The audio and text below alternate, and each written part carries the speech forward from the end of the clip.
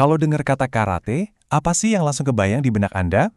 Mungkin adegan film laga ya, papan kayu yang pecah, atau pertarungan sengit di arena. Tapi, gimana kalau saya bilang esensi sejati dari karate itu ternyata jauh lebih dalam, lebih tenang, dan ya, lebih kuat dari semua itu? Oke, yuk kita bedah bareng-barang. Nah, kutipan ini dia kuncinya. Pegangan kita buat ngebahas semuanya. Jadi kita akan coba bongkar ya persepsi umum tentang karate, dan kita bakal lihat gimana seni bela diri kuno ini sebenarnya adalah alat yang luar biasa buat melatih pikiran, bukan cuma badan doang. Oke, jadi biar kita benar-benar paham nih, kita harus lihat lebih jauh dari sekedar pukulan dan tendangan. Yuk kita mulai dari yang paling dasar dulu, dari arti katanya sendiri. Nah, coba deh perhatiin. Namanya aja karate yang artinya tangan kosong, itu udah ngasih kita petunjuk besar loh. Ini tuh bukan soal cari-cari senjata atau mulai perkelahian, sama sekali bukan. Justru ini tentang menyadari kalau buat membela diri, kita tuh udah punya alat paling canggih sedunia, ya tubuh dan pikiran kita sendiri. Jadi, semua latihan karate itu ya berdiri di atas 3 pilar utama. Anggap aja ini tuh kayak DNA-nya karate. Sesuatu yang membentuk setiap praktisi dari yang baru mulai sampai yang udah jagoan sabuk hitam. Oke, jadi intinya di sini nih. Pertama, ada yang namanya kihon. Ini dasarnya. Semua pukulan, tendangan, kuda-kuda diulang ribuan kali sampai jadi refleks. Terus yang kedua, ada kata. Ini unik banget, sering disebut meditasi sambil bergerak. Jadi kita latihan rangkaian jurus buat nenangin pikiran sambil ngasah insting. Nah, yang terakhir, ada kumite. Disinilah semua latihan tadi diuji lewat latih tanding sama partner. Ketiganya ini nyambung terus, nggak bisa dipisahin. Dan inilah yang membentuk seorang karateka seutuhnya. Oke, sekarang kita masuk ke bagian yang mungkin paling kelihatan ya hasilnya. Manfaat fisiknya.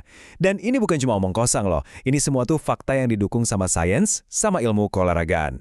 Yang keren dari karate itu, dia ngebentuk tubuh kita secara total. Jadi ini bukan cuma soal, oh biar pukulan kenceng. Bukan. Ini juga soal kelincahan buat gerak, keseimbangan yang mantap, sama reaksi yang cepet banget. Pokoknya ini tuh kayak upgrade total buat sistem operasi tubuh kita deh. Tapi, tunggu dulu. Mungkin Anda mikir, kan kita latihan nendang, latihan mukul, ya tujuannya buat nyerang dong. Masuk akal banget pertanyaannya. Tapi, nah disinilah karate bakal bikin Anda kaget. Sekarang kita sampai di jantungnya karate. Bagian di mana fisik dan mental itu ketemu. Dan disinilah rahasia terbesarnya disimpan.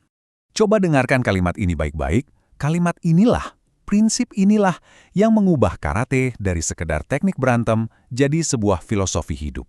Dan wow, ini ngejelasin semuanya. Jadi tujuan utama karate itu bukan buat jadi yang pertama nyerang. Tujuannya adalah punya skill dan ketenangan supaya kita nggak perlu pakai skill itu. Paham kan? Ini soal punya kekuatan buat menghindar dari pertarungan, bukan buat memulainya. Makanya setiap kali seorang karateka latihan di dojo, yang dilatih itu bukan cuma otot. Oh jauh lebih dari itu. Mereka itu lagi melatih sabar, melatih biar tetap tenang waktu lagi tertekan, dan yang paling penting, ngendaliin ego. Karena ya itu, kekuatan sejati itu datangnya dari kontrol diri. Oke, kita udah lihat sisi fisiknya, udah lihat juga sisi mentalnya. Nah sekarang, ayo kita gabungin keduanya, dan kita lihat kenapa karate ini bisa jadi jalan yang cocok buat hampir semua orang. Nah, ini rangkuman yang pas banget. Di satu sisi, tubuh kita jadi lebih kuat, lebih terkoordinasi. Tapi di sisi lain, pikiran kita juga jadi lebih fokus, lebih pede, dan lebih bisa ngontrol emosi. Keduanya ini, ya kayak dua sisi dari satu koin yang sama. Sama-sama penting buat pengembangan diri kita secara utuh. Ini nih alasannya kenapa kalau kita ke dojo, kita bisa lihat anak kecil latihan bareng orang dewasa. Karena karate itu nggak nuntut kamu harus jadi yang paling kuat secara fisik. Nggak sama sekali. Yang penting itu kemauan buat belajar teknik, dan ini yang paling penting, kemauan buat belajar ngendaliin diri sendiri. Dan sebagai puncaknya, ada fakta keren nih. Karate itu bahkan udah jadi olahraga resmi di Olimpiade Tokyo 2020 loh. Ini bukan cuma soal pengakuan dunia aja ya, tapi ini bukti kalau disiplin dan keindahan dari karate itu benar-benar bisa dinikmati dan dihargai sama semua orang di seluruh dunia. Jadi setelah kita bahas semua ini, kita balik lagi ke pertanyaan awal. Karate itu ngajarin kita kalau kekuatan terbesar itu bukan kemampuan buat menyerang, tapi kebijaksanaan buat memilih untuk nggak menyerang. Nah, sekarang giliran Anda yang jawab. Menurut Anda, di mana letak kekuatan yang sejati?